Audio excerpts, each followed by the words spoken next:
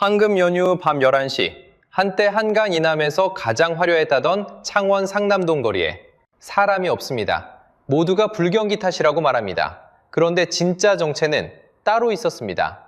14년 만에 100만 명이 무너진 도시, 청년 11명 중 1명이 아니라 무려 11만 명이 이 도시를 등졌습니다. 여러분, 이게 정말 경기가 나빠서일까요? 그런데 떠난 사람들이 옮겨간 곳을 따라가 보면 이상한 점이 하나 보입니다. 그들은 멀리 가지 않았습니다. 단 하나의 터널 너머로 갔을 뿐입니다. 그리고 그 너머에는 모든 걸 설명하는 가격표 하나가 있었습니다. 이게 남의 도시 이야기가 아닙니다. 지금부터 창원을 무너뜨린 진짜 정체를 보여드리겠습니다. 본격적인 이야기를 시작하기 전에 이런 경제 이야기를 놓치고 싶지 않으시다면 구독과 좋아요 한번 눌러주세요.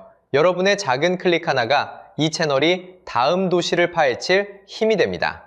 경상남도 창원, 이 도시를 그냥 지방도시 하나로 알고 계셨다면 잠시 생각을 멈춰주세요. 한때 이곳은 한강 이남의 강남이라 불렸습니다. 창원은 처음부터 작정하고 만든 도시였습니다. 길을 넓게 깔고 공장을 한 곳에 모으고 사람이 살 동네를 따로 설계했습니다. 우리나라 최초의 계획도시, 그 자부심이 도시 바닥부터 깔려 있었습니다. 그리고 그 설계는 보란듯이 성공했습니다. 2010년 창원은 인근 도시를 하나로 합칩니다. 그렇게 만들어진 인구가 108만 명이었습니다. 이듬해에는 109만 명까지 올라섰습니다. 인구 100만이 넘어야 받을 수 있는 대도시 자격증, 바로 특례시였습니다. 광역시가 아니면서 광역시급 배우를 받는 도시, 전국에 몇 곳 되지 않았습니다. 창원은 그 중 하나였습니다. 이 도시를 떠받친 건 거대한 공장단지였습니다. 창원 국가산업단지, 숫자가 모든 걸 말해줍니다. 2024년 이 산단 한 곳에서 만들어낸 생산액이 무려 62조 원을 넘었습니다. 역대 최고 기록이었습니다. 전국의 수많은 산업단지 중에서도 네 번째로 큰 규모였습니다. 수출만 184억 달러, 입주한 회사가 3,216곳, 그 안에서 일하는 사람만 12만 명이 넘었습니다. 기계를 만들고 무기를 만들고 배를 만들었습니다.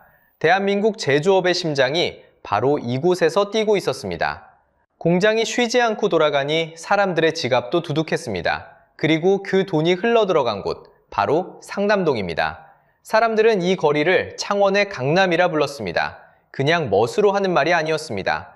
한강 이남에서 같은 면적당 술집과 가게가 가장 많이 몰려있던 거리, 뒤로는 1만 세대 가까운 아파트가 경풍처럼 둘러쌌습니다. 월급날이 되면 거리는 사람으로 가득 찼습니다. 1차로 끝나는 법이 없었습니다. 2차, 3차까지 자연스럽게 이어졌습니다. 밤이 깊을수록 거리는 오히려 더 밝아졌습니다. 회식이 곧 문화였고 소비가 곧 자부심이던 시절, 그게 바로 창원의 전성기였습니다.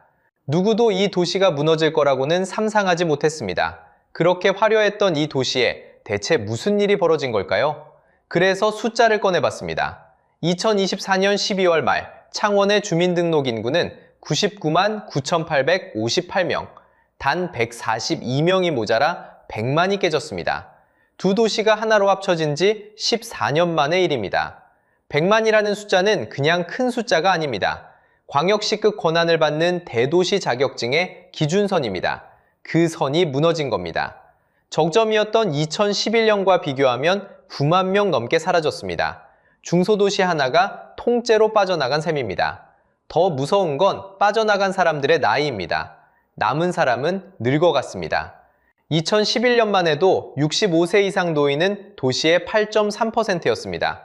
2024년에는 19.2%, 시민 5명 중 1명이 노인입니다. 반대편 숫자는 더 차갑습니다.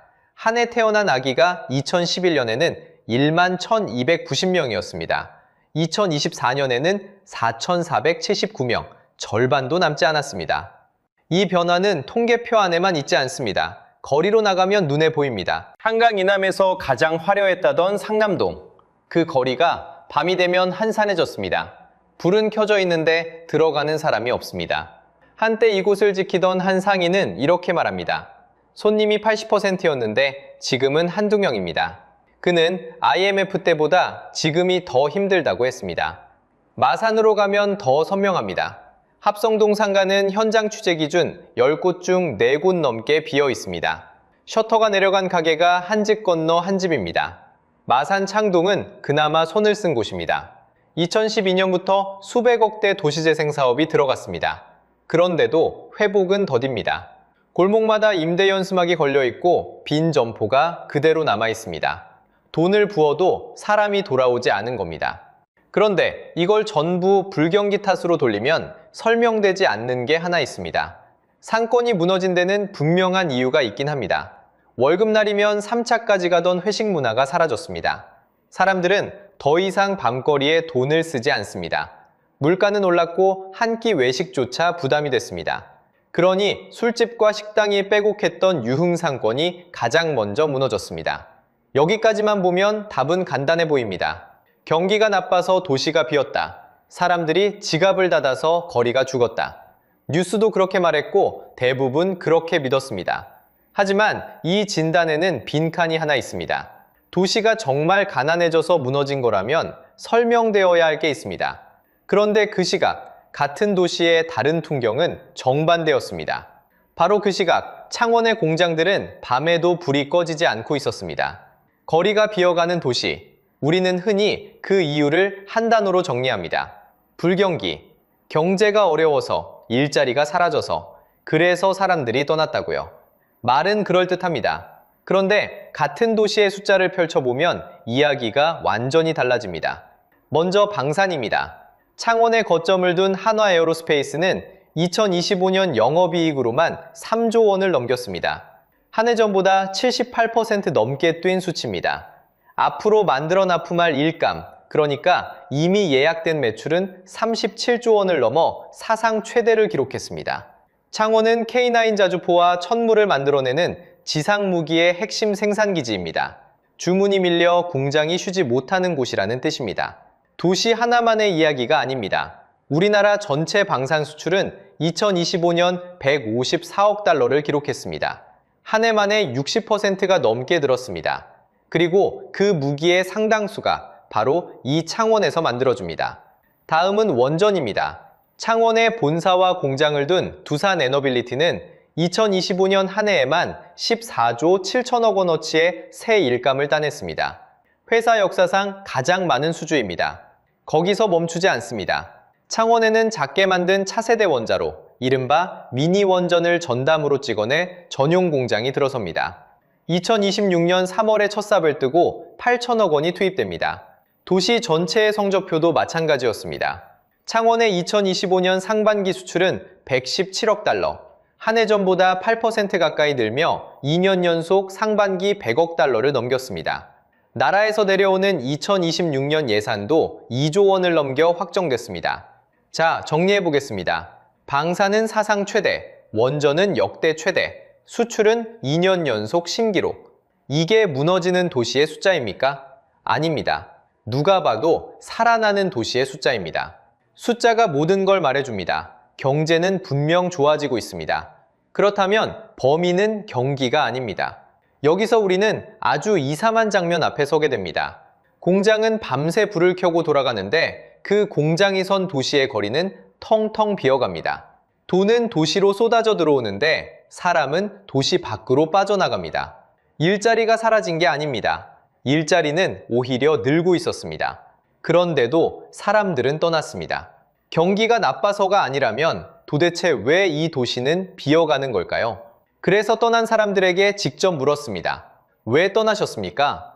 답은 의외로 한 단어였습니다. 그리고 그 답은 한 세대에 몰려 있었습니다. 청년입니다. 19부터 39까지.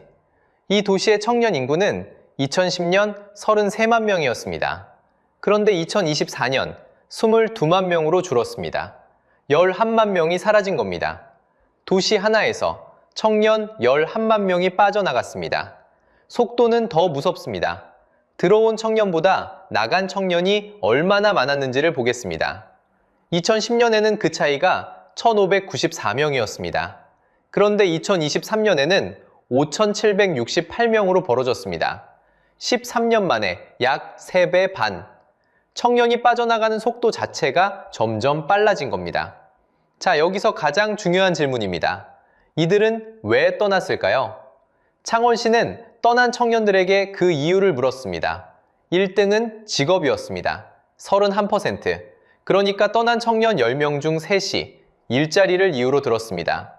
그런데 바로 뒤를 따라온 이유가 있습니다. 주거, 살 집입니다. 떠난 청년 넷 중 1명 이상이 집 때문에 이 도시를 포기했다고 답했습니다. 일자리와 집값, 청년을 밀어낸 두 개의 손이었습니다. 여기서 진짜 뇌관이 드러납니다. 바로 집값입니다. 창원 아파트값이 비싸다는 건 그냥 비싼 게 아닙니다. 도시 규모에 비해 비쌉니다. 창원의 아파트 한 평값은 경남 평균보다 절반 가까이 높습니다. 적게 잡아도 47%, 많게는 51%더 비쌉니다. 숫자로 보면 이렇습니다. 의창구의 한 평값은 2025년 기준 1,452만 원, 1년 사이에만 11% 넘게 올랐습니다. 이게 무슨 뜻일까요? 같은 돈을 들고 경남의 다른 도시로 가면 같은 평수의 집을 훨씬 싸게 살 수 있다는 뜻입니다. 창원에서 34평을 살 돈이면 옆 도시에선 더 넓은 집이 손에 들어옵니다. 평당 격차가 절반에 가까우니까요. 여기서 우리가 흔히 하는 착각이 깨집니다. 사람들은 이렇게 생각합니다. 일자리가 없으니까 떠나는 거라고. 공장이 문을 닫고 일거리가 사라져서 청년이 도시를 버린 거라고. 그런데 앞에서 우리가 똑똑히 봤습니다. 창원의 공장은 풀가동이었습니다. 방사는 사상 최대 호황이었고 일감은 넘쳐났습니다. 일할 곳은 분명히 있었습니다. 그런데도 청년들은 떠났습니다. 왜냐하면 일할 곳은 있어도 살 집이 없었기 때문입니다. 직장은 비싼 창원에 두고 잠은 더 싼 옆 동네에서 잡니다. 직장과 집이 갈라선 겁니다. 출근은 창원으로, 퇴근은 터널 너머로. 몸은 이 도시에서 일하지만 삶은 이미 이 도시를 떠난 사람들이 늘어났습니다. 여러분, 분명히 말씀드리겠습니다. 창원의 청년들은 일자리가 없어서 떠난 게 아닙니다. 일할 곳은 있는데 살 집이 없어서 떠난 겁니다. 이게 바로 모두가 불경기라는 한 단어로 덮어버린 진짜 정체였습니다. 도시를 무너뜨린 건 텅 빈 공장이 아니라 청년이 감당할 수 없는 가격표였습니다. 그런데 말입니다. 이들이 옮겨간 곳을 보면 더 소름 돋습니다. 떠난 사람 10명 중 6명. 이들은 대체 어디로 갔을까요? 흔히 생각합니다. 지방을 떠나면 서울로 간다고, 수도권으로 빨려 들어간다고. 그런데 창원은 달랐습니다. 떠난 사람의 약 60%, 이들이 향한 곳은 서울이 아니었습니다. 부산, 울산, 그리고 경상남도, 바로 옆이었습니다. 그 중에서도 한 곳의 이름이 유독 자주 등장합니다. 김해, 장유. 지도를 펴보면 의아합니다. 장유는 창원에서 멀지 않습니다. 차로 잠깐이면 닿습니다. 두 도시 사이에는 터널이 하나 있습니다. 창원터널. 사람들은 그 터널을 넘어갔습니다. 직장은 창원에 그대로 둔 채 잠은 터널 너머에서 잤습니다. 왜 그랬을까요? 답은 또 한 번 가격표였습니다. 같은 평수, 비슷한 아파트. 그런데 터널 이쪽과 저쪽의 값이 달랐습니다. 그 너머가 수천만 원 더 쌌습니다. 단지 터널 하나를 사이에 두고 말입니다. 여러분이라면 어떻게 하시겠습니까? 1터는 그대로인데 잠만 더 싼 곳에서 잘 수 있다면 매일 아침 그 터널을 지나는 불편을 감수하고서라도 사람들은 짐을 쌌습니다. 그러니까 창원을 떠난 사람들은 사라진 게 아니었습니다. 멀리 도망친 것도 아니었습니다. 터널 하나 너머로 옮겨갔을 뿐입니다. 창원은 사람을 잃었고 장유는 그 사람을 받았습니다. 터널 하나가 두 도시의 운명을 갈랐습니다. 여기까지가 어디로 갔나에 대한 답입니다. 그런데 추적하다 보면 더 씁쓸한 사실 하나와 마주치게 됩니다. 이렇게 사람이 빠져나가는 도시라면 정부가 도와줘야 하지 않을까요? 실제로 우리나라에는 그런 제도가 있습니다. 소멸 위기에 놓인 곳을 따로 정해 돈과 혜택을 몰아주는 집중관리 대상 제도입니다. 그런데 창원은 거기서 빠져 있습니다. 이유가 뭘까요? 바로 100만 특례시이기 때문입니다. 인구 100만이 넘어 광역시급 권한을 받은 대도시 자격증. 창원이 그토록 자랑하던 그 이름표입니다.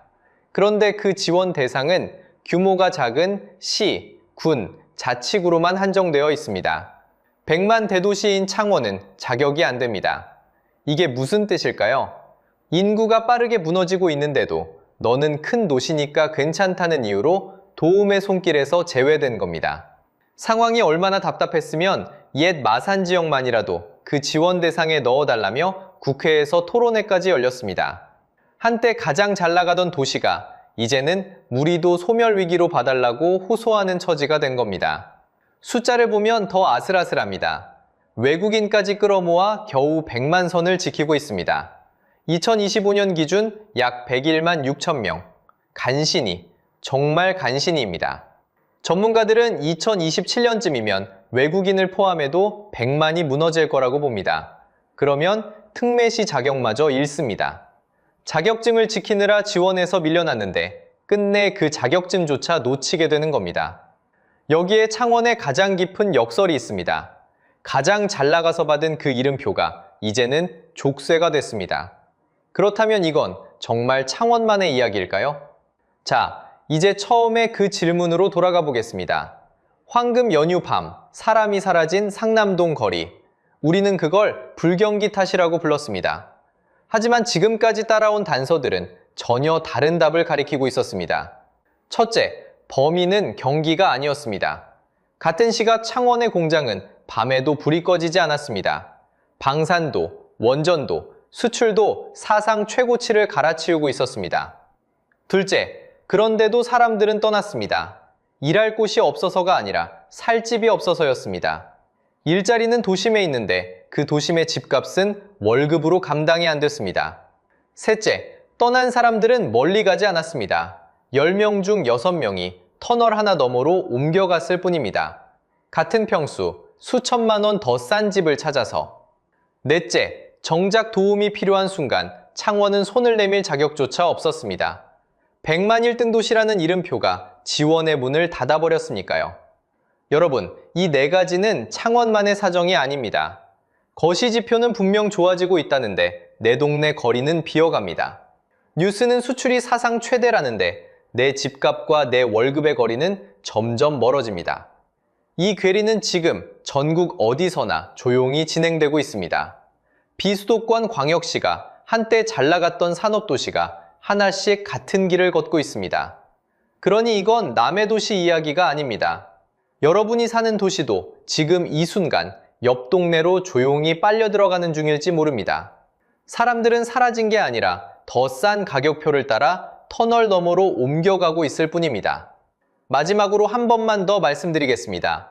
창원을 무너뜨린 건 경기가 아니라 가격표였습니다. 숫자가 모든 걸 말해줍니다. 도시를 비우는 건 불황이 아니라 내 월급으론 닿을 수 없는 집값표 한 장이었습니다. 여러분이 사는 도시는 지금 어디로 흘러가고 있습니까? 그 이야기가 궁금하시다면 댓글로 여러분의 도시 이름을 남겨주세요. 다음에는 그 도시를 직접 들여다보겠습니다. 여러분이 남겨주신 이름 하나가 다음 영상의 시작이 됩니다. 그리고 묻혀있던 우리 동네 이야기를 끝까지 파헤칠 수 있도록 구독과 좋아요도 한번 눌러주세요. 오늘도 끝까지 함께 해주셔서 감사합니다. 사람이 없어요. 공장도 멈췄고 다들 떠났습니다.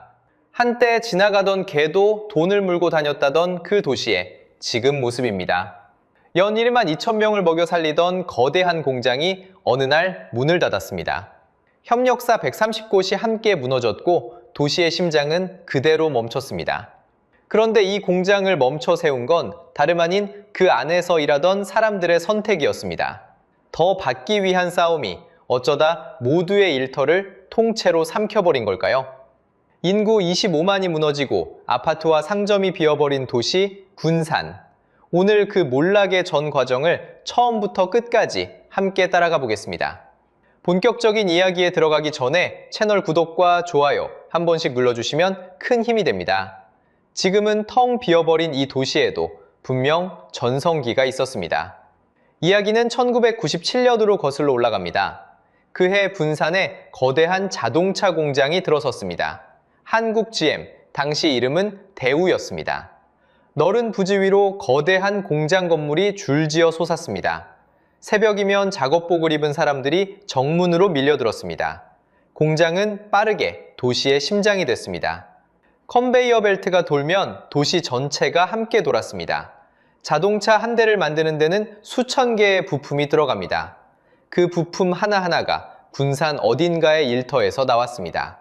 공장 주변으로 협력업체가 모여들었습니다. 그 수가 약 130곳에 달했습니다. 부품을 깎고 나르고 조립하는 손길이 도시 곳곳에 퍼졌습니다. 작은 부품 공장이 돌아가면 그 앞 식당에 점심 손님이 들어찼습니다. 식당 주인이 번 돈은 다시 상가로, 시장으로 흘러갔습니다. 월급날이면 학원이 붐비비고 아이들 학교와 문구점까지 활기가 돌았습니다. 공장에서 시작된 돈이 도시 구석구석으로 퍼져나간 겁니다. 이 공장 하나가 먹여 살린 사람은 연간 1만 2천여 명. 군산 가족 상당수가 이 공장과 한 끈으로 묶여 있었던 셈입니다. 한 사람의 월급이 곧 한 가정의 한 달이었습니다. 돈은 가게로만 흐른 게 아니었습니다. 군산 공장과 협력사가 한 해 동안 낸 지방세는 580억 원에 달했습니다. 도시 살림의 큰 기둥이 바로 이 공장이었습니다. 이 한 곳에서 거둔 세금으로 도시의 길과 학교가 불러갔다는 뜻입니다. 세금이 들어오니 길이 닦이고 학교가 서고 상가에 불이 켜졌습니다. 공장이 잘 돌아가면 식당이 붐비고 식당이 붐비면 부동산이 들썩였습니다. 자동차 한 대가 군산 경제 전체를 불린 겁니다. 그래서 이 시절 군산에는 이런 말이 돌았습니다. 지나가는 개도 입에 돈을 물고 다닌다. 웃자고 하는 말이 아니었습니다. 일자리가 넘쳤고 월급이 돌았고 도시 전체에 활기가 가득했습니다. 상가마다 늦은 밤까지 불이 꺼지지 않았습니다. 작업복을 입고 출근하는 일이 이 도시에서는 가장 든든한 자부심이었습니다. 여기서 일한다는 것 하나로 한 가정의 미래가 그려졌습니다.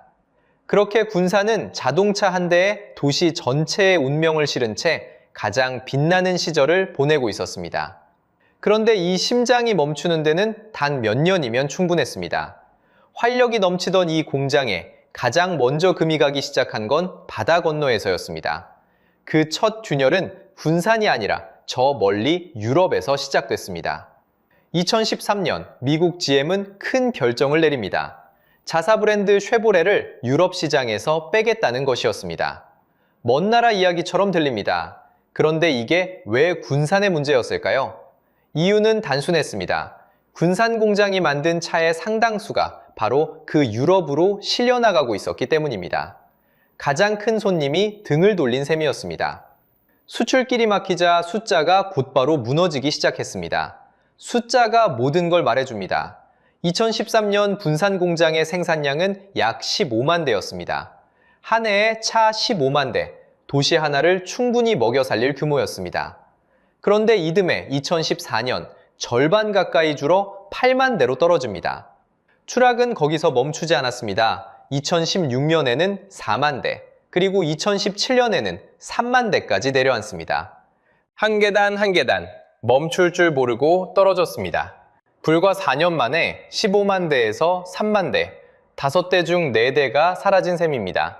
한번 상상해 보십시오. 한 집의 수입이 4년 만에 5분의 1로 쪼그라든다면 그 집은 어떻게 버틸 수 있을까요? 공장도 다르지 않았습니다. 만들 차가 없으니 기계를 돌릴 이유도 사라졌습니다. 2016년부터 공장 가동률은 20%대로 주저앉았습니다. 10대를 만들 수 있는 설비에서 겨우 2대를 만든 셈입니다. 생산직 노동자들의 사정은 더 심각했습니다. 한 달에 일하는 날이 일주일에도 못 미쳤습니다. 한 달 30일 중 출근하는 날이 닷새 안팎, 나머지는 일감을 기다리며 집에 머물러야 했습니다. 거대한 공장 안의 기계는 멈춰 있고 사람들은 텅 빈 라인을 바라봤습니다. 시동만 겨우 걸린 채 앞으로 나아가지 못하는 자동차. 그 무렵 군산 공장은 딱 그런 모습이었습니다. 기계가 멈춘 만큼 도시의 활기도 함께 식어갔습니다. 부품을 대던 협력사들의 주문서가 얇아졌고 공장 앞 식당에 손님도 줄었습니다. 생각해보면 당연한 일이었습니다. 공장이 차를 덜 만들면 부품 주문이 줄어듭니다. 부품 공장이 일감을 잃으면 그 앞 식당이 손님을 잃습니다. 식당이 비면 상가의 임대료가 밀립니다. 공장에서 시작돼 도시 구석구석으로 퍼지던 그 돈의 흐름이 이번엔 거꾸로 마르기 시작한 겁니다. 전성기에 도시 곳곳을 채우던 활기가 같은 길을 따라 천천히 빠져나갔습니다. 도시의 심장이 조금씩 박동을 멈춰가고 있었습니다. 공장이 완전히 멈추는 건 이제 시간 문제처럼 보였습니다. 그런데 이때 정작 공장 안에서는 전혀 다른 일이 벌어지고 있었습니다. 회사가 무너지는 동안 공장 안 사람들은 무엇을 하고 있었을까요? 판매 대수는 5대 중 4대가 사라진 상태였습니다. 한 달에 일주일도 채 돌아가지 않는 공장, 누가 봐도 위기였습니다. 그런데 그 안에서는 멈춤이 반복되고 있었습니다. 판매가 곤두박질 치는 와중에도 노조의 파업은 되풀이됐습니다. 더 많은 몫을 두고 공장이 자주 멈춰섰습니다. 회사는 차를 만들어 팔아야 돈을 법니다. 그런데 만들어도 안 팔리고 만드는 날조차 줄어드는 상황이었습니다. 그 와중에 멈춤까지 더해졌습니다. 여기에 또 하나의 무게가 있었습니다. 생산성은 낮았고 사람에게 들어가는 비용은 높았습니다. 차 한 대를 만드는데 다른 공장보다 더 많은 돈과 시간이 들었습니다. 안 팔리는 차를 비싸게, 그것도 자주 멈춰가며 만든 셈입니다. 쉽게 풀면 이렇습니다. 손님은 줄어드는 가게에서 직원은 더 달라며 셔터를 자주 내렸습니다. 들어오는 돈은 마르는데 나가는 돈은 그대로였습니다. 어느 가게라도 버티기 어려운 구조였습니다. 회사는 이 모든 것을 명분으로 들었습니다. 더는 이 공장을 유지할 수 없다는 결정이었습니다. 2018년 2월 13일 한국 GM은 군산 공장 폐쇄를 발표했습니다. 그리고 그해 5월 말 21년을 돌던 공장은 완전히 멈췄습니다. 1997년에 시동을 건 심장이 그렇게 박동을 멈춘 겁니다. 숫자가 말해줍니다. 공장에 직접 고용된 노동자만 약 2,000명이었습니다. 여기에 부품을 대던 협력업체 164곳이 함께 흔들렸습니다. 직접 간접을 합치면 약 1만 명의 일터가 한꺼번에 위기에 빠졌습니다. 한 도시를 먹여 살리던 1만 명분의 밥줄이 동시에 끊긴 겁니다. 1만 명, 가족까지 더하면 수만 명입니다. 작은 도시 하나의 생계가 발표 한 장에 흔들린 셈입니다. 그날 식어버린 건 공장 설비만이 아니었습니다. 여기서 우리는 서늘한 사실 하나와 마주합니다. 물론 공장을 멈춰 세운 원인은 하나가 아닙니다. 차가 안 팔린 판매 부진, 차 한 대당 너무 높았던 비용 부족, 그리고 위기 속에서도 되풀이된 멈춤. 이 셋이 맞물려 폐쇄라는 결론을 만들었습니다. 어느 하나만의 책임으로 돌릴 수는 없습니다. 그러나 마지막 한 가지는 분명합니다. 더 받기 위한 싸움은 더 받을 사람 자체를 사라지게 했습니다. 노동자를 위한 투쟁이 끝내 노동자의 일터 전체를 없앴습니다. 더 큰 몫을 위한 싸움이 식탁 자체를 엎어버린 셈입니다. 몫을 키우려다 나눌 그릇을 통째로 깨트린 겁니다. 공장 문에는 자물쇠가 걸렸습니다. 골리앗 크레인은 그대로 멈췄습니다. 21년간 차를 쏟아내던 거대한 설비가 하루아침에 고철처럼 식어버렸습니다. 그런데 공장 하나 문 닫은 게 어떻게 도시 전체를 무너뜨릴 수 있었을까요? 그 답은 공장 정문을 나서면 바로 보입니다. 이제 그 공장 바깥, 도시의 풍경을 직접 따라가 보겠습니다. 공장 정문을 나서면 답은 곧바로 눈앞에 펼쳐집니다. 사람이 빠진 도시는 물이 빠진 저수지처럼 바닥을 드러냈습니다. 먼저 숫자부터 보겠습니다. 군산 인구는 오랫동안 26만 명을 넘겼습니다. 그런데 2023년 말 그 선이 무너졌습니다. 10월에서 12월 사이 26만 명 아래로 내려간 겁니다. 그리고 멈추지 않았습니다. 2026년 5월 기준 군산의 인구는 25만 6천 명입니다. 한 도시에서 수천 명이 조용히 사라진 셈입니다. 이 숫자 뒤에는 사람이 있습니다. 일터를 잃은 노동자들이 있었습니다. 그 가족들이 있었습니다. 일이 없으니 도시에 남을 이유도 사라졌습니다. 짐을 싸서 떠났습니다. 새 일자리를 찾아 다른 도시로 향했습니다.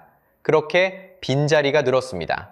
가장 먼저 표가 난 건 원룸촌이었습니다. 한때 공장에 다니던 젊은 노동자들로 북적이던 골목입니다. 지금은 불 꺼진 창이 줄지어 있습니다. 여기도 비었나 싶어 다음 건물을 봅니다. 거기도 비어 있습니다. 발길을 시내로 옮겨도 풍경은 같습니다. 군산의 중심 상권인 수송동과 조천동, 이곳의 중대형 상가가 어떻게 변했는지 숫자가 그대로 말해줍니다. 2024년 3분기 비어있는 상가의 비율은 14.9%였습니다. 같은 해 4분기에는 21.7%로 뛰었습니다. 그리고 2025년 1분기 22.9%까지 올랐습니다.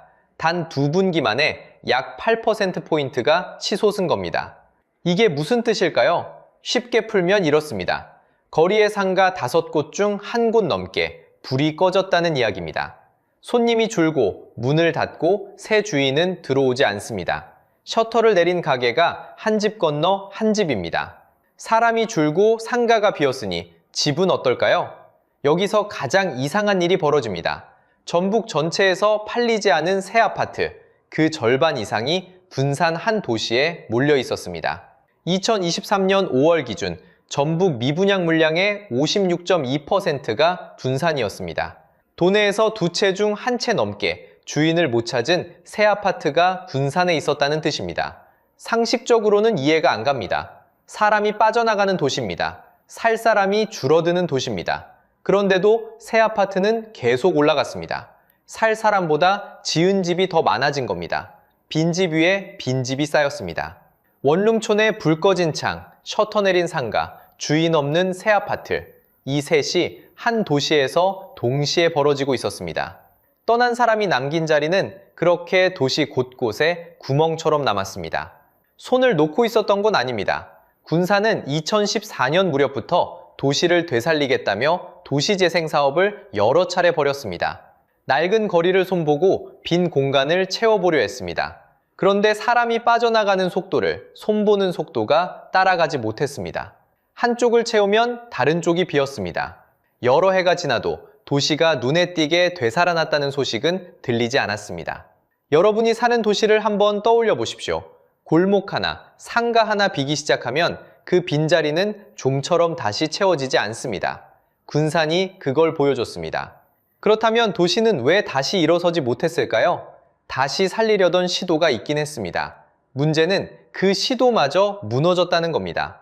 떠난 자리를 메우겠다며 들어온 새 주인공들, 그들은 어떻게 됐을까요?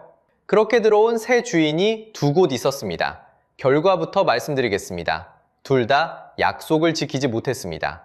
먼저 빈 GAM 공장입니다. 2019년 한 자동차 부품회사가 이 부지를 약 1,130억 원에 사들였습니다. 명신이라는 회사입니다. 전기차를 만들겠다고 했습니다. 군산은 다시 들썩였습니다. 일자리가 돌아온다고 믿었습니다. 그런데 약속한 숫자는 한참 멀었습니다. 투자하겠다던 4,796억 원 가운데 들어온 돈은 2,478억 원, 딱 절반이었습니다.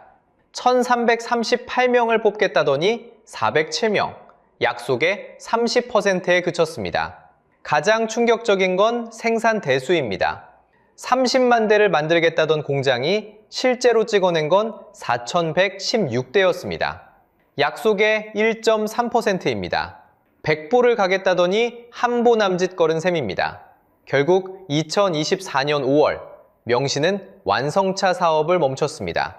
부지를 사들인 지 5년 만이었습니다. 빈집을 채우러 온 세입자가 약속한 방의 절반만 쓰다 떠난 격입니다. 군산은 또 한 번 기대를 접어야 했습니다.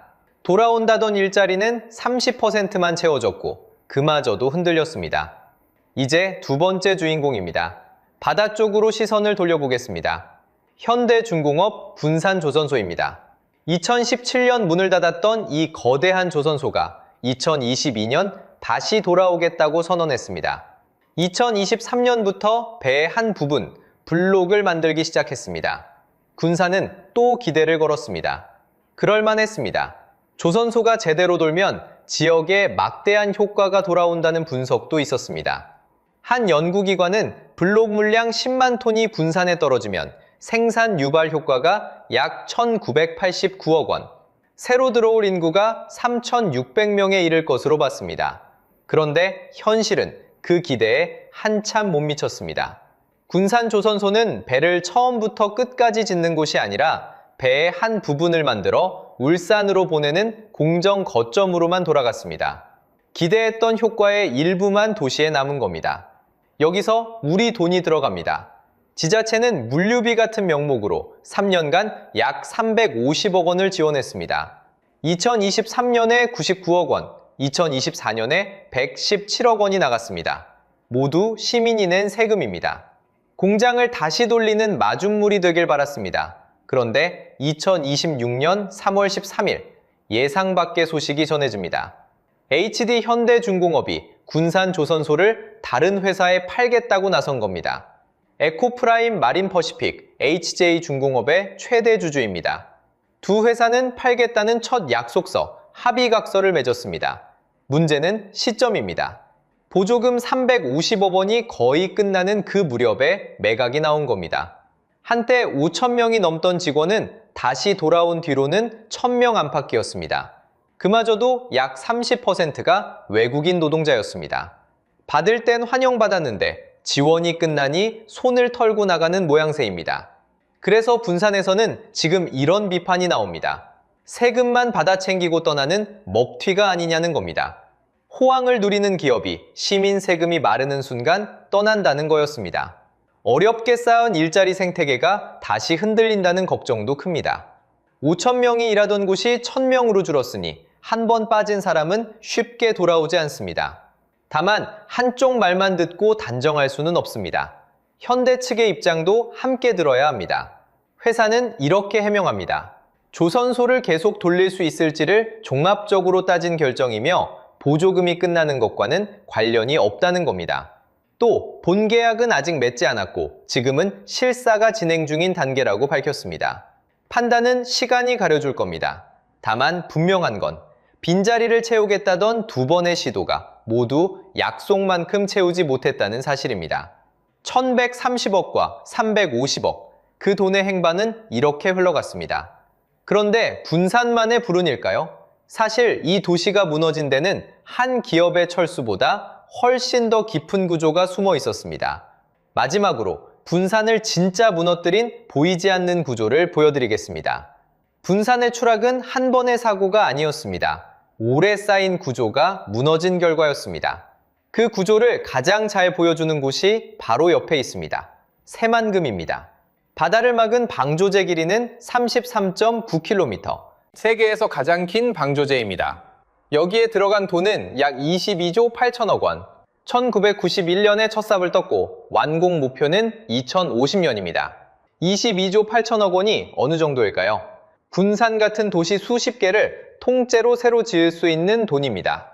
그런데 그 막대한 돈을 붓고도 땅은 좀처럼 제 역할을 하지 못했습니다.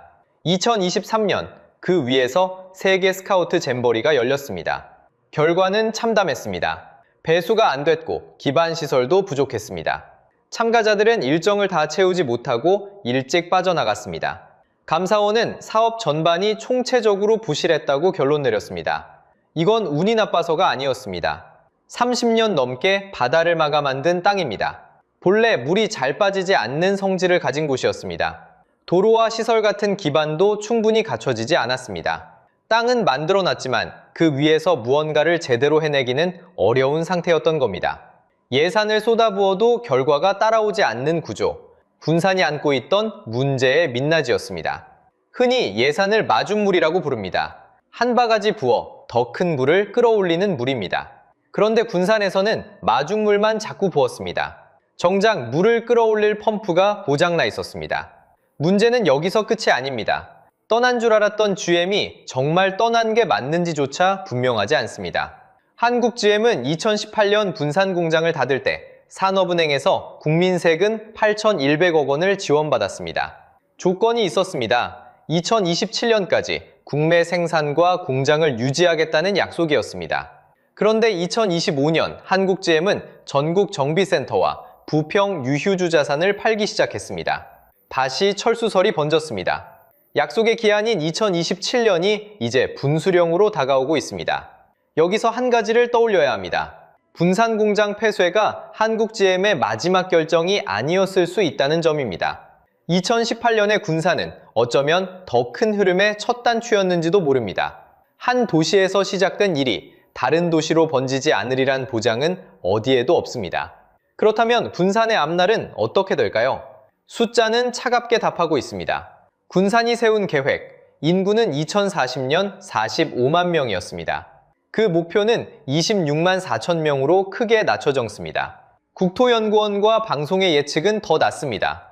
2040년이면 약 20만 6천 명 인구가 20만 명대로 쪼그라들 전망입니다. 도시가 줄어드는 일이 더는 가정이 아니라 현실이 되고 있습니다. 그런데 여기서 한 가지를 짚어야 합니다. 이 흐름이 군산만의 이야기가 아니라는 점입니다. 큰 공장 하나에 도시 전체가 기댑니다. 그 공장이 떠납니다. 사람이 빠지고 인구가 급격히 줄어듭니다. 집은 안 팔리고 상가는 비어갑니다. 세금은 덜 거치고 살림은 쪼들립니다. 이 공식은 어느 한 도시에만 적용되는 게 아닙니다. 지금 이 순간에도 전국 곳곳에서 같은 톱니바퀴가 돌고 있습니다. 큰 공장 하나에 운명을 건 도시, 떠나간 자리를 다른 산업이 메우지 못하는 도시, 떠오르는 얼굴이 한둘이 아닐 겁니다. 군산은 그 가운데 가장 먼저, 가장 선명하게 무너진 사례일 뿐입니다. 그래서 묻고 싶습니다. 당신이 사는 도시는 이 공식에서 안전합니까?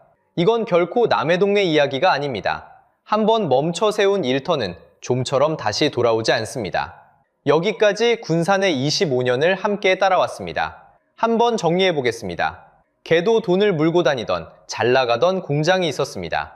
그 공장을 끝내 멈춰서 세운 건 다름 아닌 그 안에서 일하던 사람들의 선택이었습니다. 공장이 멈추자 도시가 텅 비었습니다. 다시 일으키려던 시도는 약속의 절반도 채우지 못한 채 무너졌습니다. 그리고 그 밑에는 한 기업의 철수보다 훨씬 깊은 구조가 숨어 있었습니다. 한 도시의 흥망이 우리에게 묻습니다. 안정된 일터란 대체 무엇으로 지켜지는가? 더 받겠다는 싸움이 받을 자리 자체를 지워버릴 수도 있다는 걸. 군산은 25년에 걸쳐 가장 비싼 값으로 보여주었습니다. 여러분이 사는 도시는 어떻습니까? 큰 공장 하나에 동네 경기가 휘청인 적은 없으셨나요? 비어가는 상가, 팔리지 않는 집, 떠나는 이웃. 군산과 닮은 신호를 느낀 적 혹시 있으신가요?